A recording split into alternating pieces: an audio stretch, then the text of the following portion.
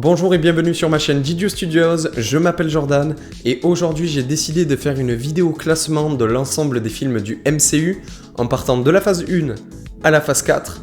Je classerai les films du plus mauvais au meilleur. Bien entendu, ce n'est pas un classement par excellence, c'est un classement personnel fait en fonction de mes goûts. Il se peut que le vôtre soit totalement différent, d'ailleurs n'hésitez pas à me le partager dans les commentaires. On se charge de classer tout ça, laissons place au générique.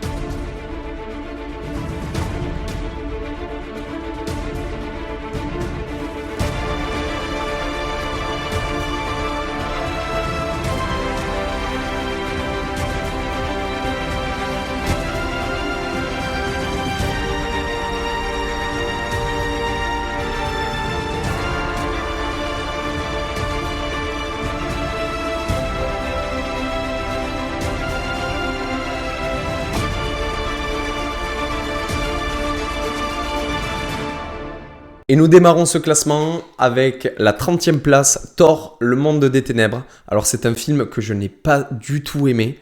Hormis l'apparition de l'éther qui est super importante quand même dans le MCU, on n'a rien qui va. Malekith, qui est censé être quand même un grand méchant de Thor, je trouve que le traitement qui lui est donné dans le film ne lui va pas du tout. Enfin voilà, j'ai pas du tout aimé le film, l'histoire ne m'a pas plu, donc il est à la 30e place. On poursuit le classement à la 29e place avec l'incroyable Hulk. Alors je sais pas ce qui m'a dérangé le plus dans ce film-là, si c'est le fait qu'ils aient changé l'acteur Edward Norton, que je trouve pas mauvais du tout, hein, mais que j'ai pas trouvé non plus excellent dans le rôle de Hulk. Si c'est l'histoire en elle-même qui ne m'a pas plu du tout. Après, je dois reconnaître que ce Hulk-là, il est quand même badass. Faut dire ce qui est, on n'a jamais eu un Hulk comme ça, même dans les Avengers ou autre. Ce Hulk-là, enfin, je pense qu'il sera indétrônable. On a quand même un très bon combat avec l'Abomination à la fin, même si on connaît un petit peu le traitement qu'a subi l'Abomination dans Miss Hulk. Mais voilà, ce film-là ne fait pas du tout partie de mes préférés. À la 28e place, Captain America et le Soldat de l'Hiver. Alors je sais que là, beaucoup vont râler.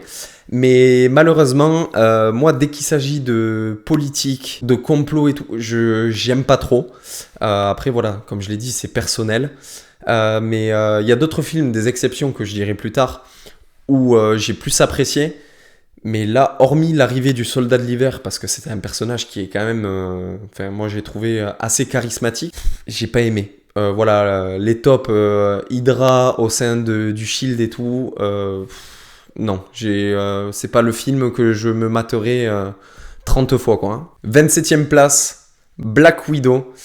C'est un film pour moi qui arrive beaucoup trop tard. Voilà, on connaissait déjà la sentence pour Natasha Romanoff. À ce moment-là, on a eu du mal peut-être à s'y mettre dedans. On a quand même de très bonnes choses comme l'arrivée de Red Guardian, Taskmaster, mais également Yelena Belova, qu'on reverra dans les Thunderbolts. Et je pense qu'Yelena Belova qui aura pas de mal à remplacer Natasha Romanoff, parce que déjà elle est jouée par une super bonne actrice.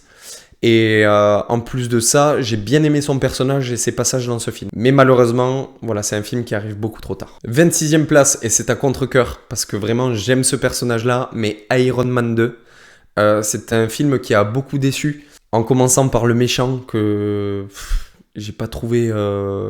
charismatique du tout. Et c'est pour vous dire, même lui, il se suicide à la fin, quoi. Je pense qu'il en avait marre d'être dans le film. C'est un peu la guerre des armements, ce film. Mais c'est dommage parce qu'on a quand même une armure, la Mark 5, qui est sublime. Et vous savez, pour ceux qui suivent la chaîne, que j'aime beaucoup cette armure-là. J'en ai même le casque.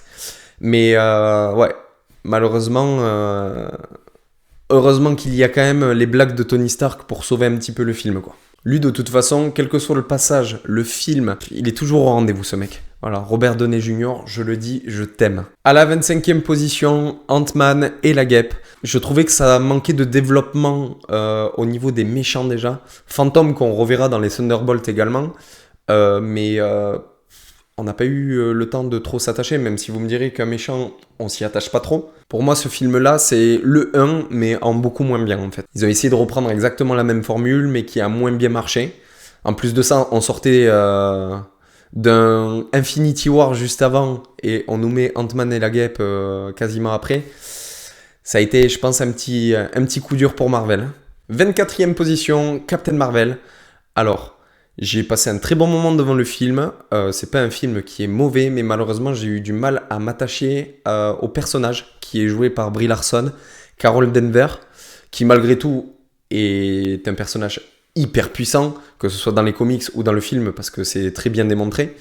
Mais voilà, beaucoup de mal à m'attacher au personnage et à l'histoire en elle-même. 23e position, Avenger, l'ère d'Ultron. Alors, ce qui m'a posé souci dans ce film-là, c'est tout simplement Ultron, qui normalement est très puissant, et j'ai trouvé que on lui avait pas forcément rendu service. Je pense qu'on aurait pu le rendre beaucoup plus fort que dans le film, et malheureusement ça n'a pas été fait. Même si on a l'arrivée de Vision, Wanda, des personnages qui vont devenir très importants pour la suite, j'ai trouvé que c'était voilà, ce film Avenger qui était en dessous, mais largement des autres, et c'est pour ça qu'il est à cette place-là. À la 22e place, Spider-Man, Far From Home, mon chouchou, qui malheureusement, voilà, je sais que Mysterio est joué par un acteur qui est excellent, mais le souci avec les Spider-Man du MCU, contrairement aux autres trilogies Sam Raimi et The Amazing, c'est que les autres séries en fait ont, je pense, puisé dans les meilleurs vilains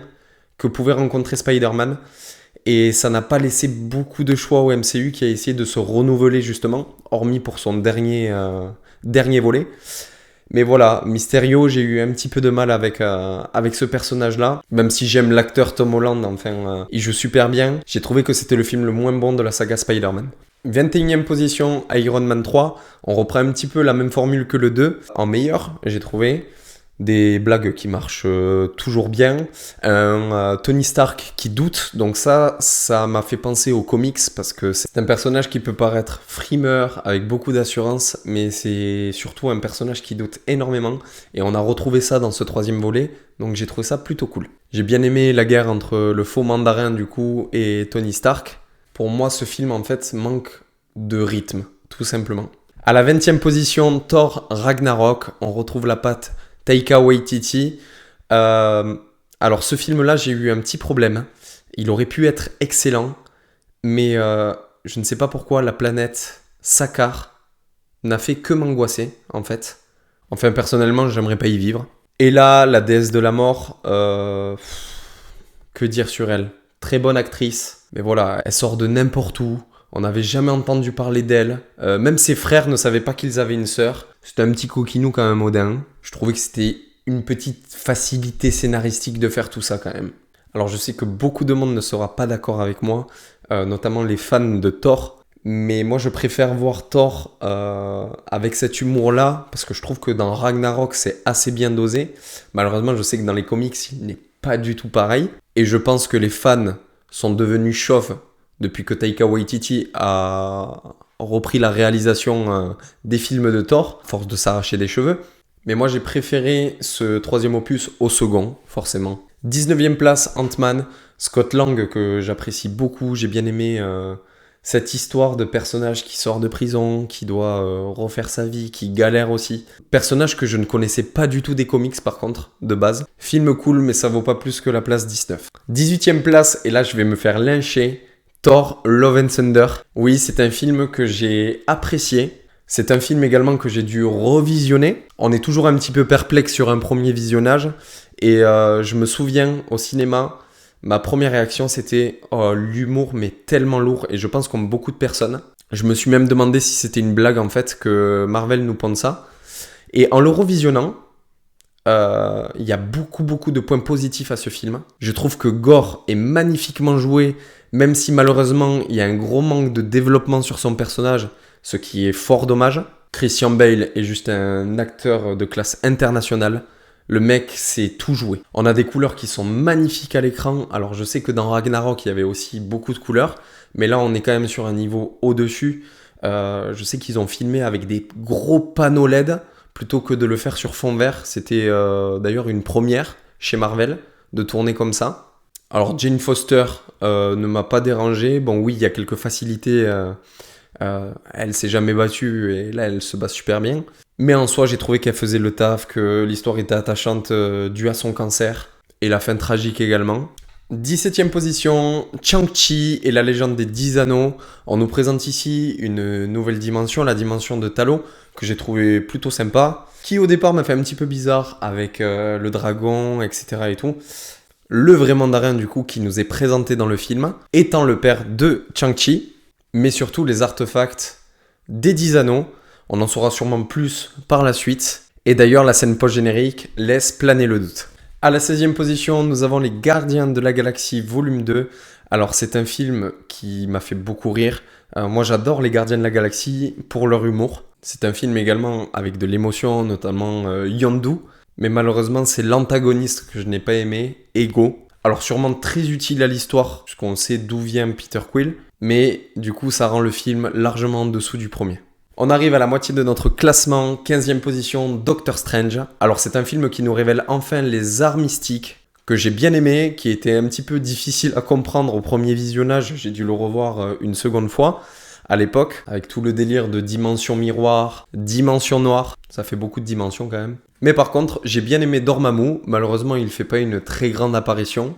Et surtout, le talent de Doctor Strange qui lui tend un piège. La fameuse boucle temporelle. Grâce à l'œil d'Agamotto avec la pierre du temps. 14e position, Spider-Man Homecoming. Alors pour ce premier opus, on n'a pas d'origin story.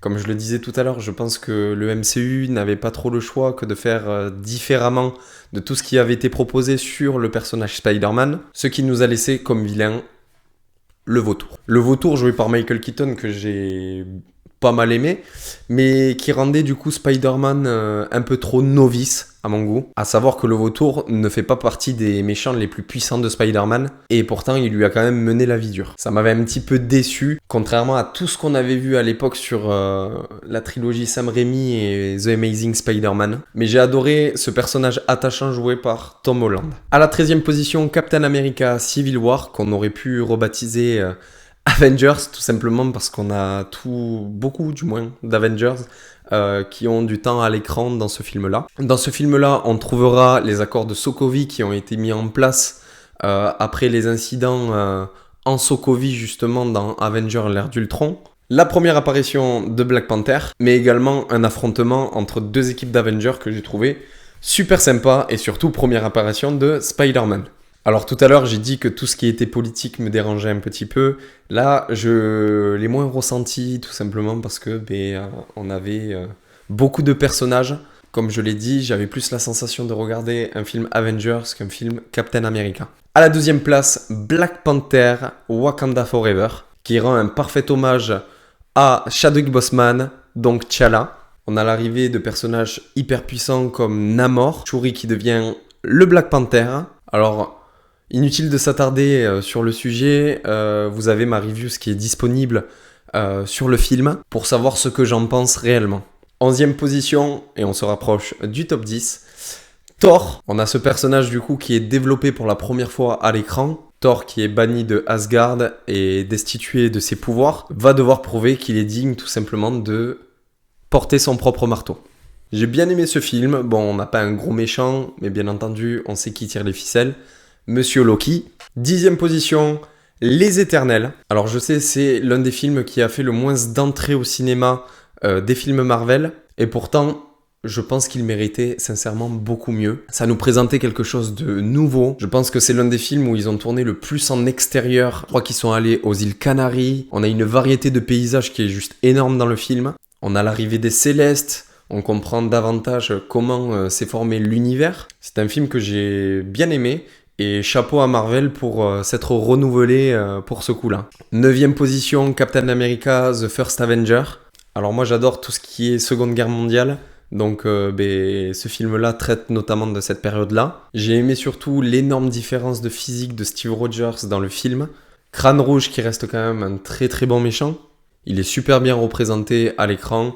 Bien méchant comme on l'aime, hyper sadique, voilà, nazi quoi, tout simplement.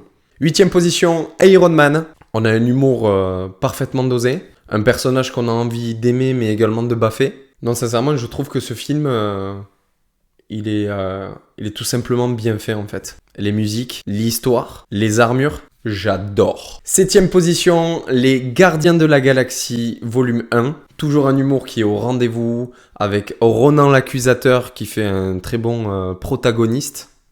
C'était la seconde fois qu'on nous présentait une nouvelle équipe après Avengers. C'est un peu l'équipe des bras cassés. 6e position, nous avons les Avengers avec, je pense, l'un des méchants les plus attachants, Loki. Première menace terrestre avec les Chitauri, donc les extraterrestres, qui attaquent la Terre. Les Avengers qui font tout pour contrecarrer ça. Un premier volet qui est super bien réussi. Ce film où on pouvait enfin voir qui était derrière tout ça, notamment Thanos. 5e position, Black Panther. J'ai adoré ce nouvel environnement, cette nouvelle civilisation également, du Wakanda, riche en coutumes, avec le plan ancestral, l'herbe cœur. Le méchant joué par Michael B. Jordan, Killmonger, qui est charismatique et qui en devient même attachant à la fin. On aurait presque envie de le sauver. Les musiques, juste extraordinaires. 4e position, et là je sais que ça va faire débat, et dites-vous qu'au premier visionnage quand même, il était à la 3e position, ce film-là. Je l'ai regardé, j'ai pris le temps. C'est pour ça que je prends le temps de faire cette vidéo-là, justement. C'est pour pouvoir revoir les films en DVD, etc. Spider-Man No Way Home. Alors, c'est un film qui fait appel énormément au fanservice. Quand je suis sorti de la séance, j'ai dit, mais c'est l'un des meilleurs films que j'ai vus. En fait, non, j'avais juste assisté à la meilleure séance de ma vie, tout simplement. Mais le film en lui-même, après revisionnage, on a un scénario qui est assez platonique en soi. Si on enlève l'apparition des 2 premiers Spider-Man et de tous les méchants qu'on a pu voir dans les autres Spider-Man qui arrivent dans notre univers, ben en fait on se dit que il n'y a pas grand-chose quoi. Ils ont juste réutilisé ce qui marchait bien pour pouvoir en faire un gros film et un bon film. Sauf que le scénario, malheureusement, il n'est pas oufissime. Et croyez-moi, s'il est à cette 4e position, ce n'est sûrement pas pour son scénario, ça c'est certain. Mais plus pour l'émotion que ça a provoqué de revoir ces méchants emblématiques, contrairement à ce qu'on avait connu avec les 2 premiers volets de Spider-Man du MCU, mais également les 2 premiers Spider-Man. Attention, roulement de tambour, on rentre sur notre podium, place au top 3. Doctor Strange, The Multiverse of Madness. C'est pour moi tout simplement le meilleur film de cette phase 4. On touche enfin au multiverse, chose qui avait été très brièvement mentionnée dans Doctor Strange, mais également Spider-Man Far From Home. Et là, on y est enfin. Alors oui, ça aurait pu être développé davantage, mais je trouve sincèrement que dans ce film, tout est réuni pour avoir un bon film. On a un film horrifique, chose que Marvel n'avait, enfin du moins le MCU, n'avait jamais proposé auparavant. Au retournement de situation, Wanda est la méchante. L'apparition des Illuminati, bon, ils n'ont pas fait long feu. Mais l'important, c'est pas de gagner, c'est de participer. Et surtout, le point majeur, à mon avis, qui va poursuivre toutes les prochaines phases, les incursions. On les retrouvera sûrement dans d'autres films, et c'est quasiment sûr, notamment dans Secret Wars, mais peut-être dans les 4 Fantastiques, peut-être dans Doctor Strange 3. À la seconde place, nous avons Avengers Endgame. Je me souviens encore de ma première séance quand je suis allé le voir la première fois. Enfin, je suis allé le voir plusieurs fois. Au bout de 10 minutes de film, j'étais là complètement paumé. Je me suis dit, mais en fait, ces 10 minutes, je m'attendais à ce que ce soit sur toute la longueur du film. Et je me suis dit, mais comment ils vont faire ? Il n'y a plus de Thanos, il n'y a plus rien. Ils vont jamais revenir, comment on fait ? Et du coup, bon, il y a eu beaucoup de choses qui se sont passées et je trouve que ça a été bien amené de la part des frères Russo, avec le voyage dans le temps pour essayer de ramener tout le monde. Le Thanos du passé, du coup, qui revient à la charge. C'est un film qui m'a pas du tout déçu. Et d'ailleurs, c'est pour ça qu'il a fait autant d'entrées mondiales. Une scène finale qu'on ne reverra pas d'encore, je pense, peut-être dans Secret Wars. Et encore, c'est même pas sûr que ce soit de ce niveau-là. Mais sachez que ça a été très dur pour moi de départager les 2 premiers. Même si le premier se démarque sur un point que Endgame n'avait pas. Donc oui, sans plus attendre, nous allons passer sur notre numéro 1, Avengers Infinity War. Très apprécié du grand public. Et je pense qu'on le doit surtout à une chose, c'est que rien ne se passe comme prévu dans ce film. Je me souviens quand le film s'est terminé, je me suis dit... mais comment c'est possible ? C'était une première grosse défaite pour les Avengers avec énormément de pertes et des pertes très importantes. Je me souviens, j'étais vraiment choqué à la fin du film. Et je pense que c'est pour ça que ce film-là est aussi bien réussi. C'est que les scènes de combat sont très belles. La CGI est top. Bon, dans Endgame aussi, mais dans Infinity War, elle est très très belle aussi. Pour moi, c'est le film de super-héros par excellence. Tout confondu, il n'y a pas mieux. N'hésitez pas à me dire dans les commentaires quel méchant est au niveau de Thanos, sincèrement. Alors peut-être Kang, il sera encore meilleur méchant. Il a tout, charismatique, il est badass. Et en plus, il fait les choses, il est posé, tu vois. Je me souviens encore de la scène dans Avenger Endgame où il est posé sur ses débris là, ou son rocher, je sais plus sur quoi c'est. Et il attend les Avengers. Le mec, pas pressé de la vie. Je vais vous anéantir les gars, vous en faites pas. D'un claquement de doigts, le mec il a anéanti la moitié de l'univers. Ce classement est maintenant terminé. Alors je le répète, c'est un classement personnel fait selon mes goûts. N'hésitez pas à me partager le vôtre dans les commentaires. C'était Didio Studios, à la prochaine.